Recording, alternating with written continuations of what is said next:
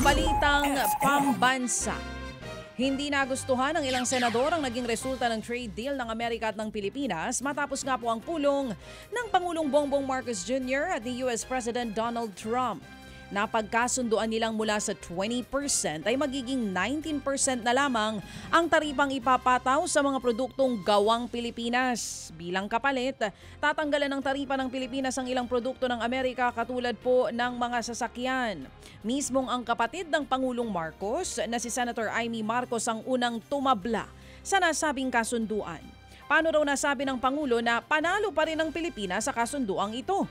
Nainsulto naman daw si Senator Ping Lacson sa hindi patas na tariff agreement. Ang payo niya, humanap na lamang ang Pilipinas ng ibang trading partners. Naniniwala rin si Senator Mig Zubiri na dehado at lugi ang Pilipinas sa resulta po ng kasunduan dahil mataas po ang babayarang taripa sa i-export nating produkto habang babaha naman ng mga produktong galing Amerika sa ating merkado.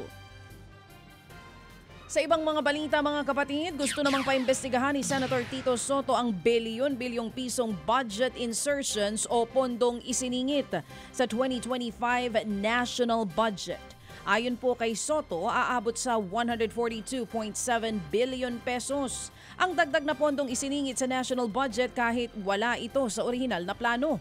Giit ng senador, iskandaloso at labis-labis kaya dapat imbestigahan dahil baka mayroon daw mas malala pa rito.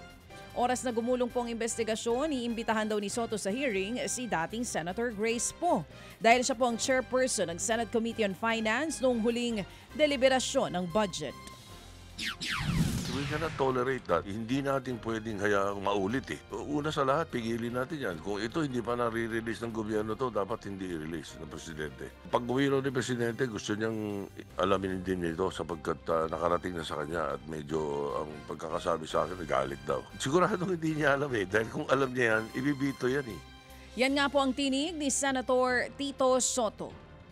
Kumasa naman po si PNP Chief General Nicolas Torre III sa hamon ng sapakan ni Davao City Mayor o Davao City Vice Mayor Baste Duterte. Nagugat po yan sa hinanakit ni Baste na tila pinupuntirya raw ni Torre ang kanyang pamilya. Dahil po dyan, hinamon niya ang general ng sapakan. Anya, matapang lamang daw si Torre dahil nasa posisyon ito. Bumuelta naman ang general na papayag siya sa hamon ni Baste pero gawin na lamang daw nilang charity match sa Araneta. Payag daw siya na magharap sila sa 12 rounds ng boxing at ibigay sa mga nasalanta ng bagyo ang kikitain ng laban. Wala pang tugon sa pahayag ni Torre si Vice Mayor Duterte.